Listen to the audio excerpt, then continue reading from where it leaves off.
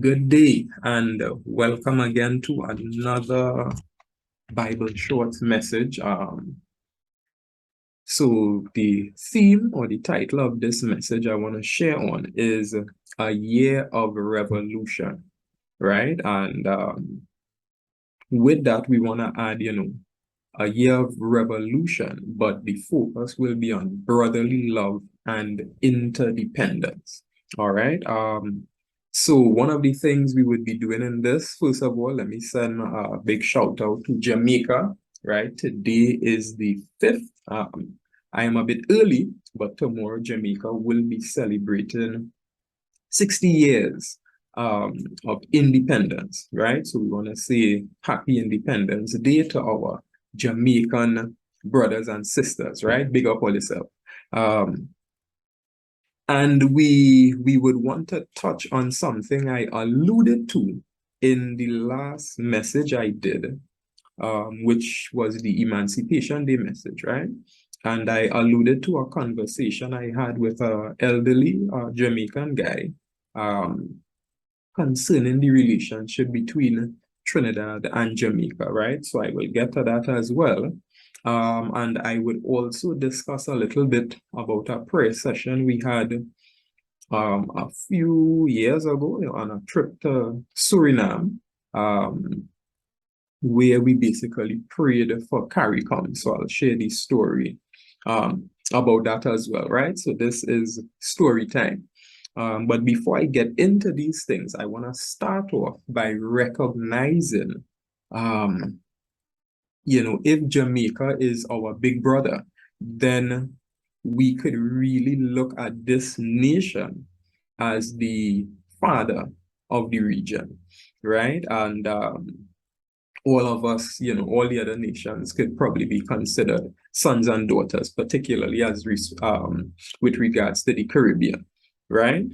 So I want to recognize the nation of Haiti before we move forward.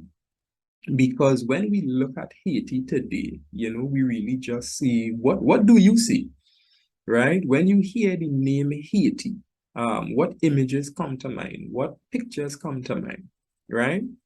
How aware are you? How aware are your children of the history of Haiti, the importance of Haiti to the region? So I want to just share some quick facts, some quick statistics concerning Haiti. Well, more facts than statistics, right? As I said, tomorrow is Jamaica's Independence Day. They'll be celebrating 60 years.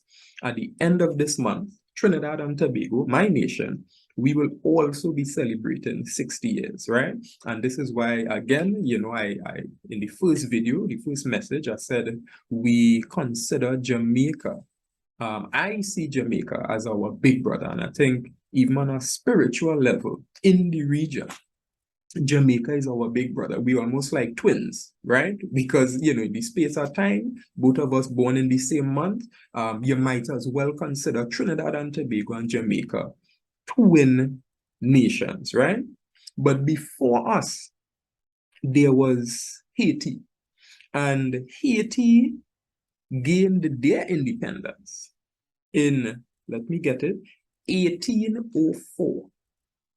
So this year, 2022, as we are celebrating or are going to celebrate 60 years, Haiti would have celebrated 218 years as an independent nation. In the region, Haiti is only second to the United States, who would have gotten their independence in 1776. So this year, they would have been celebrating, I think, 246 years. And if my maths is wrong here, forgive me. Suffice it to say, this is, a pretty long time, right? Especially when compared to us. Now, how did Haiti get that independence? Haiti fought for their independence. So let me run through some things here quickly, right? So the Haitian Revolution, what we know as the Haitian Revolution, would have started in 1791. The culmination of this would have been Haiti on the 1st of January, 1804, declaring themselves an independent nation.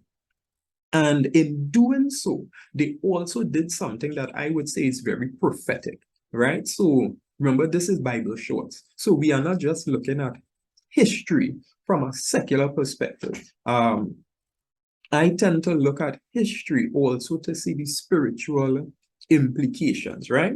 So here's what Haiti declared.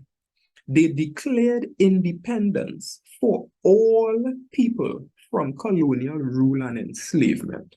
Now, it's easy to just look at that and say, well, okay, well, obviously, when they say that, they were just speaking about Haiti and the people living in Haiti at the time, right? But Haiti would have also welcomed people from all over. If you were a freed slave and you were looking for a place of refuge, you could have gone to Haiti and you would have been welcomed, right? So in declaring that, I think this was officially the end of colonial slavery, right? Now, how the narrative would go is that, in the 1800s, all of these colonial powers, like I think Spain was the first one in 1811, somewhere around there, to abolish slavery, the French, the British, America later on. So in the 1800s, all of these nations just suddenly decided, you know what? This thing called slavery is wrong. Let's stop it. No. Something to note about slavery. Slavery is a business model, right? The whole point of slavery is to make money. You make money by thieving people, forcing them to work, not paying them anything, but then you also now have to support these people. You have to feed them, you have to see about their housing and all these different things, right? Slavery was a business model. Now, there's a story about the elephant. They say when they're training the elephant, they put shackles on their feet that have spikes to the inside. So every time the elephant pulls, these spikes will dig into the skin. I'm not sure how true it is. I never really researched it. It's a story I heard. But after a while, the elephant now, because of this pain, he stops pulling. So now they could move from that shackle with spikes to just a normal shackle. Eventually, it gets to the point that they could tie this massive elephant with just a rope. But here's the thing. They say if anything should happen, a fire, something scare the elephant, and the elephant should burst that rope, they would not be able to shackle that elephant again, even if they use the shackle with spikes. Why? Because the elephant now knows he is powerful enough to break that shackle. And this is what happened with slavery, colonial slavery, right? This is my belief. The revolt didn't start in Haiti, I believe, because again, how the narrative is told, it makes it look like, well, we were just stolen from Africa, and all we did was say, woe is me for this whole period and just beg to be set free, right? No, revolts were happening all over the place. I think in Brazil, there were great sizable populations of people who fought for their freedom and, went off and lived in harmony with the natives, right? And I think some of those people still exist up to today. So the revolting, fighting against the oppressor was not something strange for the Black people, right? Who were brought to the Americas, who were brought to what is called the New World. Fighting was not something strange. It's just not really showed or represented well enough in the narrative. So it's not to say Haiti was the only one who was fighting. But in fighting off the French, I think they got some help from the British, right?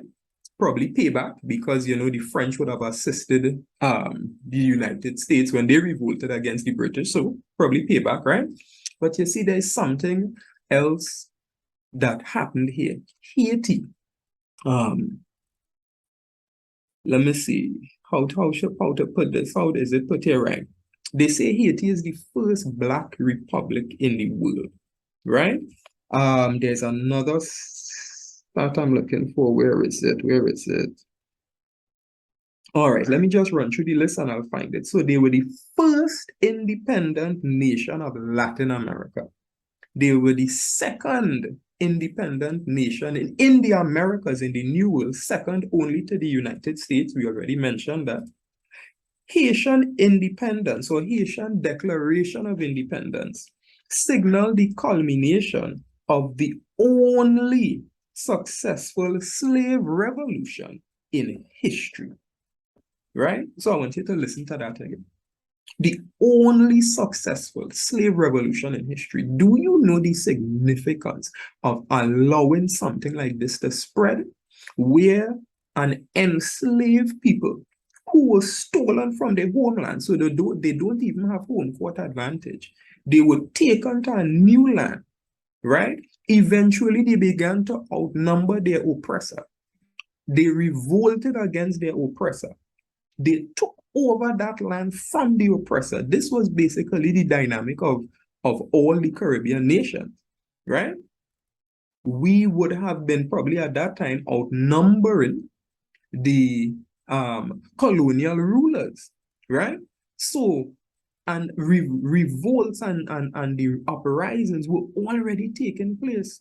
So that signaled the end. They could not allow this to continue, because as news spread, as news of this thing spread, what you think would happen when more and more and more and more enslaved people realize, wait a minute, you mean we could take over this thing? So no, they had to put a check to that. And if you look back at the history of Haiti, post-revolution, you would realize that Haiti was never really allowed to recover. A big part of that might have to do with, their own leadership and so forth. But no, they also were not allowed to recover, because it would look very bad for the colonials, for those who saw themselves as the ruling class, to have basically a nation of slaves who freed themselves to come now and be prosperous in the region, because that would have been a signal and a beacon to everybody else, all the other islands, all the other nations in the region, what is possible if a people really come together to fight against this oppressor, right? So I will pause there for now. I mean, this really isn't a message about Haiti, but I think this is very significant. Significant because of that declaration that they made. They declared independence for all people from colonial rule and enslavement, and that happened, right? Not because the colonials just decided slavery is wrong. No, they could no longer sustain the slavery business model, so they had to do something different. And what I want us to see, especially as a region, look at the way we are treated. The powers that be knew that some injustices were done to Haiti. Another nation would have been applauded. They would have been supported. Oh, slavery is so wrong. Look at these beautiful people. Look at these powerful people. They were able to fight off the oppressor. Let's work with them. Let's partner with them to help them develop themselves so they could become a beacon and a champion of freedom around the world. Who is the champion of freedom? Say United States is the champion of freedom. But what did the US really do to help Haiti in that time where they themselves were still now being indirectly subjugated to oppression, right? You look at Cuba. So Cuba, they made their political decisions, right? They are a sovereign entity. They made some political decisions that other powers in the West were not pleased with, all right? Now, look at the dynamics of this.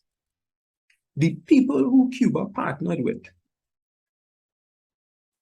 these powers and those powers would still do business. They would still interact, right? They have many differences in opinion and differences of approach and difference in philosophies, right? But they recognize each other at a particular level.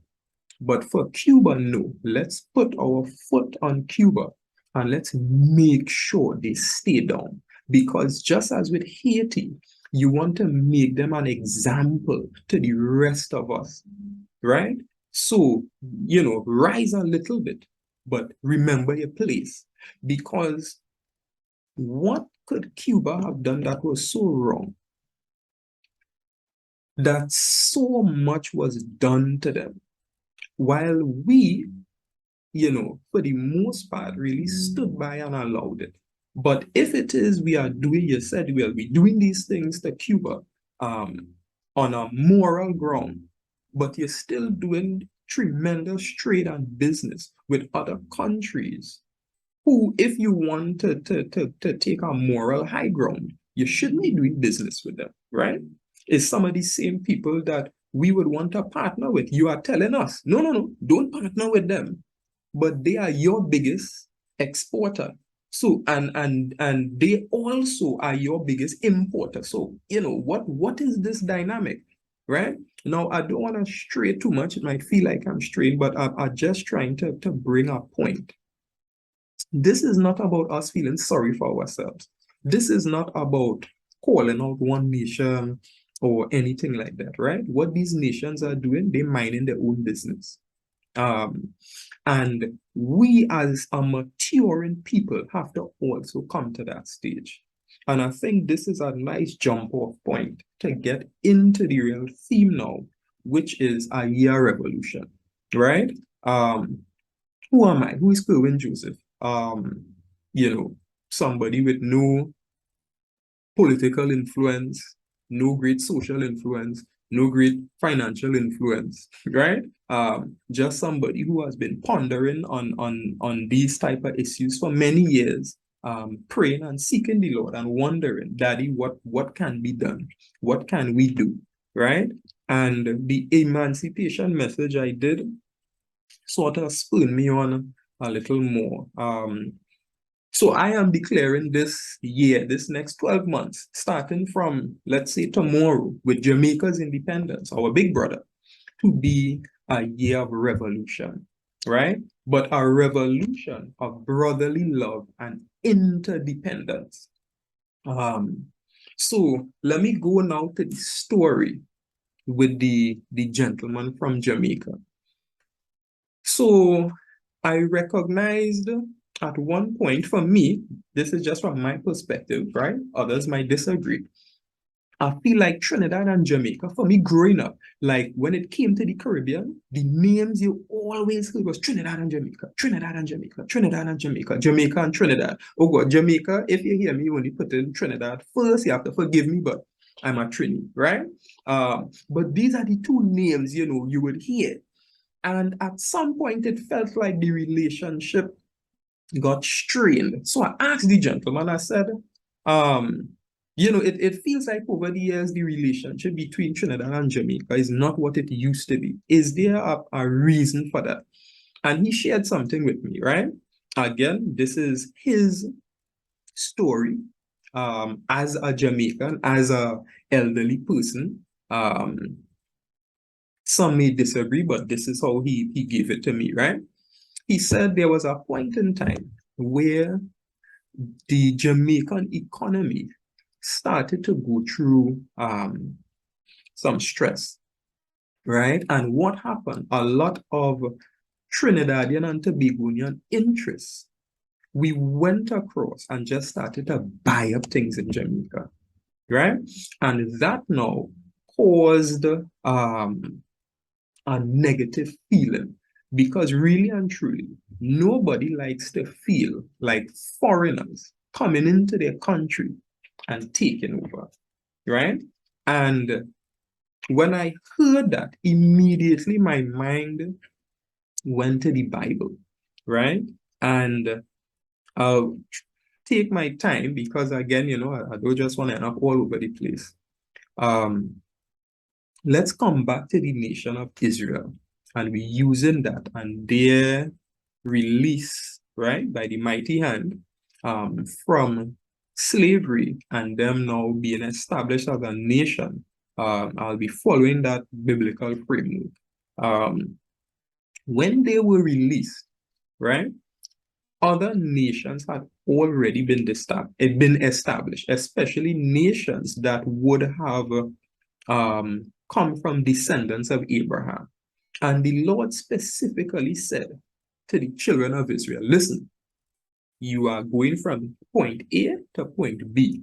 Point B is where is going to be your home. When you go there, you are going to displace the people who are living there presently by my divine command. Do not interfere with anything else. When you pass through Edom, don't ask for anything. Don't take anything. It is not yours. It has been given to them, the children of Esau. If you have to pass through their land, do trade. Pay them if you need water, you need things to eat. Pay them for the thing and move on, right? Don't interfere with them. The same thing with Ammon. The same thing with Moab. The Lord was not unfair.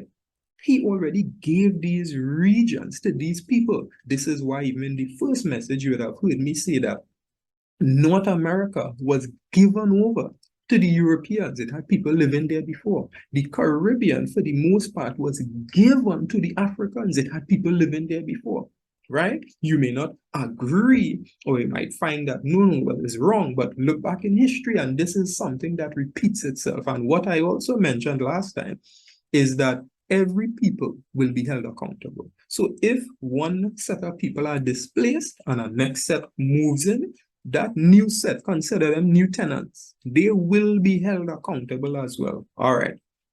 So Israel was not allowed to interfere with who God described as the brothers because they were also sons of Abraham. But even outside of that, most of what you see in Bible history is if other nations, especially nations close by, attacked Israel, right? Even as they were going to the promised land, and Israel got victory, they seized those lands. But that wasn't in God's plan, right? Or I shouldn't say it wasn't in God's plan, but if you understand what I'm saying, it was not intended because they would have signaled, listen, we don't want no trouble. We just passing through. The Lord have somewhere he's sending us. We just passing through. That is what we're going to do. We staying on the main road, right? We interfere with nobody. Just let us pass through. The people who jump out themselves and say, no, I ain't passing through here. We coming and looking for a fight. They dealt with them and they seized those territories, right? Because God says, do not covet. So coming back to Trinidad and Jamaica now, what should have happened as brothers? If it is our brother was in trouble, we should have looked to see how we could help. Business arrangements could have come out of it, yes, right?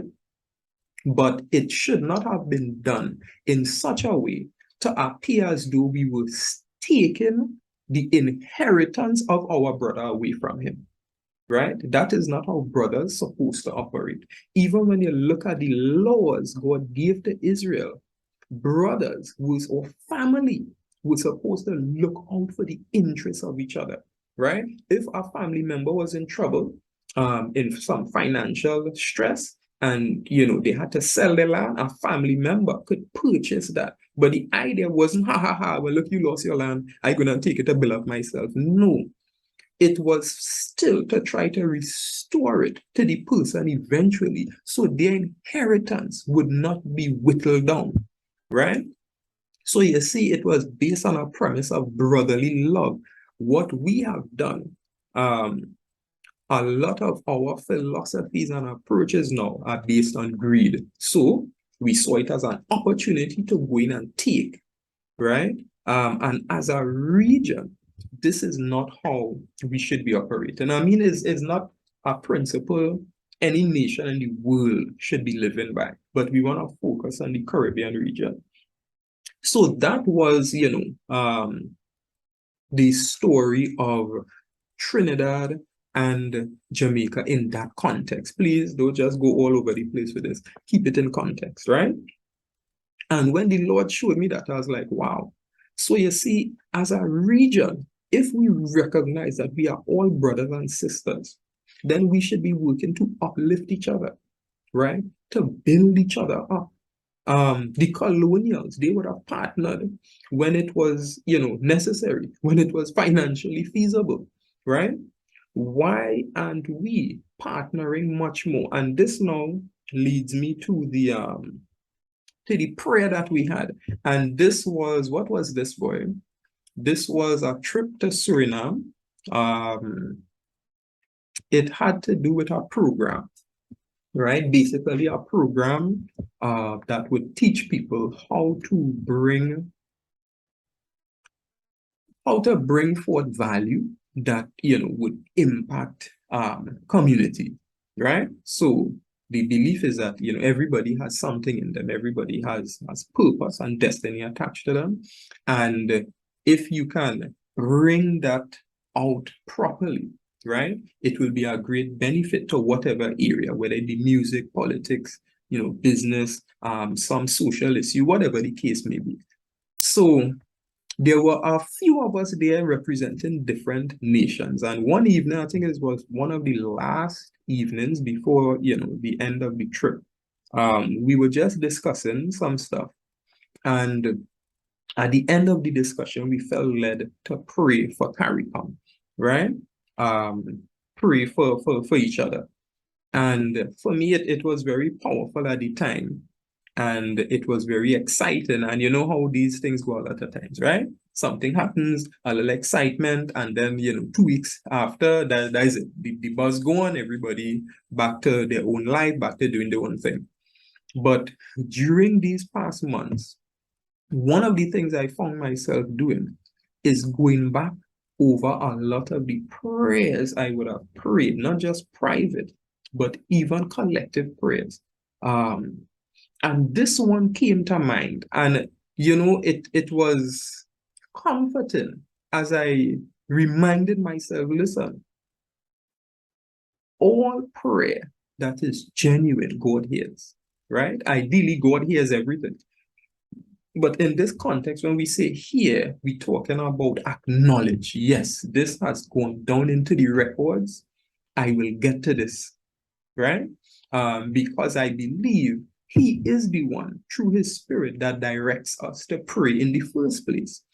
And the whole thing about time, sometimes because we function in this time system, this time loop, right? We see everything in a very narrow and a very small perspective. What is 80 years? Haiti has been independent for 200 and something years. What is 60 years or 80 years in the midst of that? And Haiti has not reached their full maturity as yet. In the same way, we in the Caribbean have not fully matured as yet, right? So, this is what came to mind. So even though it might have been a prayer prayed 20 years ago, 10 years ago, 5 years ago, 40 years ago, remember I said there was a group that would have prayed and saw the Lord, and when they got the answer that it would take 3 generations, they said, well, Lord, let us be the first, right? So all the prayers, cumulative prayers from a number of different people, different organizations across the years have been adding up, right? Those prayers are still stored. So what we want to see now is the answer to these prayers being manifested, and we hope that we could start to see it in our generation, right? So when we talk about brotherly love and interdependence, all we are saying is we need to deal with each other from a foundation of love, right? And we also need to recognize, as the saying goes, no man is an island. Well, we are many islands and many nations that make up this region and that make up CARICOM. Most of us are very small. Even some of them who are, larger in terms of land space, in terms of population size, they are still very small, right? So we would reach much further by coming together and working together, having an interdependent relationship, even as we enjoy and celebrate our independence, right? Because the whole point of independence, it says that we are free. We are free to chart our own course. We are free to make our own decisions. So it means then we are also free to choose who we want to work with and to what end. So we are free to work together. We are free to come together and collaborate and have a vision for this region that will take everybody forward, right? So even as Jamaica is going to be celebrating their um, Independence Day tomorrow. Look at Jamaica's athletics program, for example, right? Look at the way they have been able to pour out consistent results over the years. How is the region by large now benefiting from that? Are we investing more into that system that Jamaica has created that seems to be working? Are we sending more of our athletes into those systems, right? Are we looking at why it is working, how it is working, and seeing, okay, where now can we implement? What other islands can we implement this in? Right? To have something even bigger.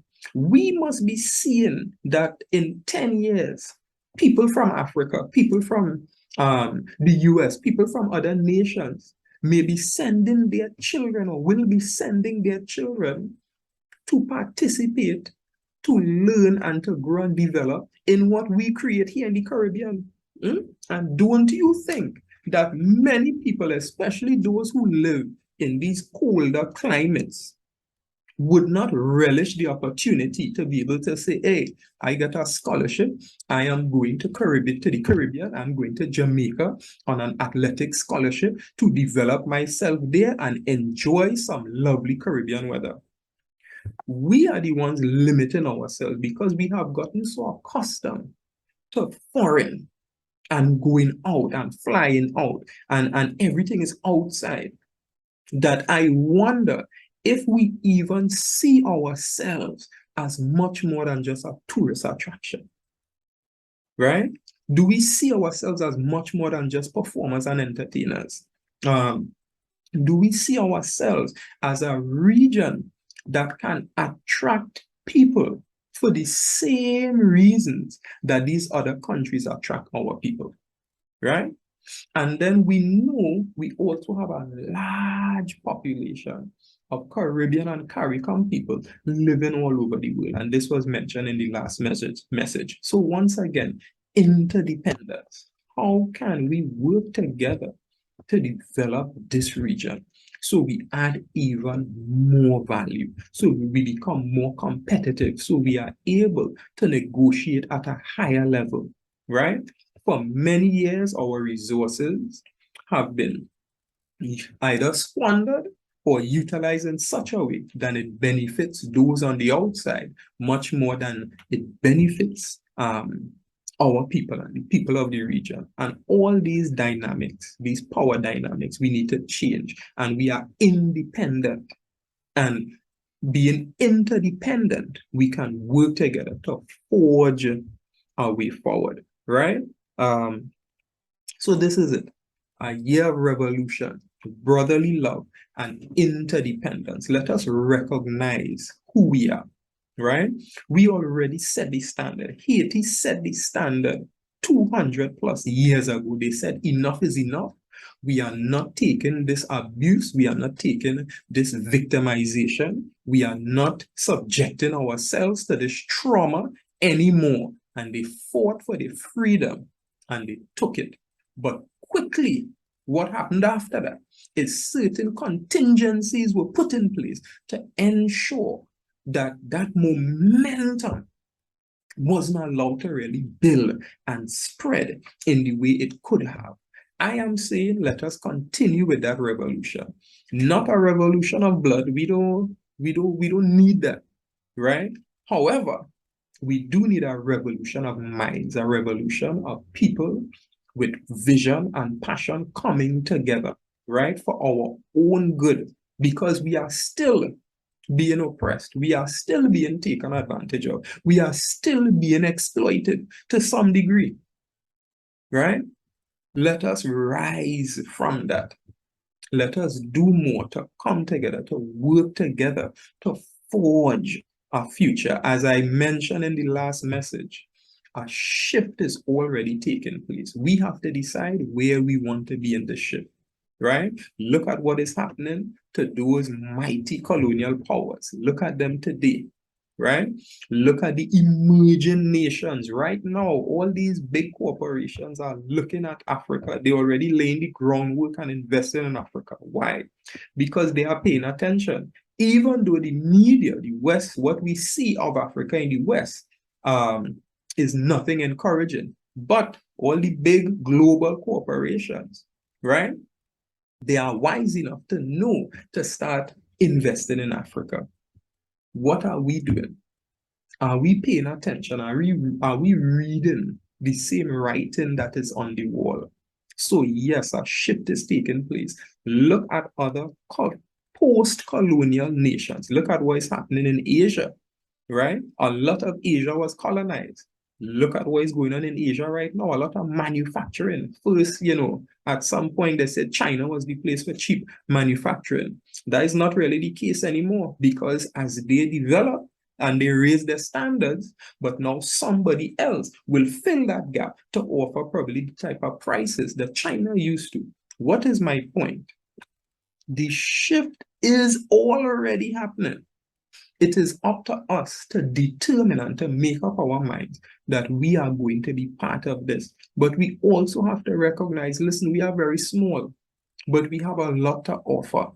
We need to work together.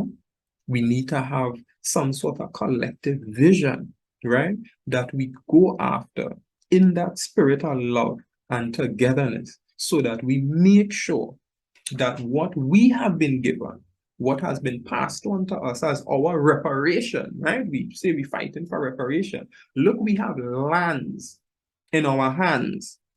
What have we been doing with them? While we are still hoping to get handouts, pity handouts from these people, do you realize a lot of what we have going on right now is a lot of apologies? The Church of Rome apologizing. We have kingdoms apologizing. We apologize for slavery. We apologize for we apologize. These people, they are apologizing too. How much empowerment is taking place? Don't wait and hope and believe that it is their job to empower us. We were already traumatized, right? But we have our own minds. We have our own wills. We have been set free. And not only that, we have resources. So it is up to us. God has given us things to work with. Let us put them to work. It is sad to see that, and this will be the last thing I'll close off with, a Trinidad-born gentleman, right, came back to the region to do something, great in terms of technology. And he had his headquarters here in our beautiful Trinidad and Tobago. He has now moved those headquarters from Trinidad and Tobago to Jamaica. Why? Because we give our own so much trouble. We make it so difficult. Even though the gentleman might have been implementing things that are working, our systems and our structures are so lacking and so in need of help, that he decided, you know what? Let me move my headquarters to Jamaica. But thank God, he made that decision. He still is in the region. And you know what? He moved across to Big Brother. So how I'll be vexed with that. But it should still be a lesson to all of us. Sometimes we are our own enemy. While we are waiting for handouts, we are destroying and trampling what it is we have. We are pushing our own people away who genuinely want to help and develop us.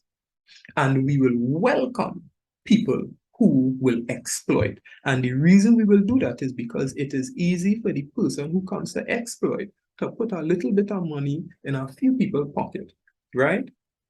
And to the detriment of the larger population. So again, there's a call for proper and right leadership. So folks, a year of revolution, right? A year for brotherly love and interdependence. That is what we want, so that we can build and grow. So have a blessed day. Again, happy Independence Day to Big Brother Jamaica. Happy belated Independence Day to Big Daddy Haiti. And, we look forward to our own Independence Day later down in this month, right? So blessings, everybody. And remember, brotherly love and interdependence. Let this be a year for revolution.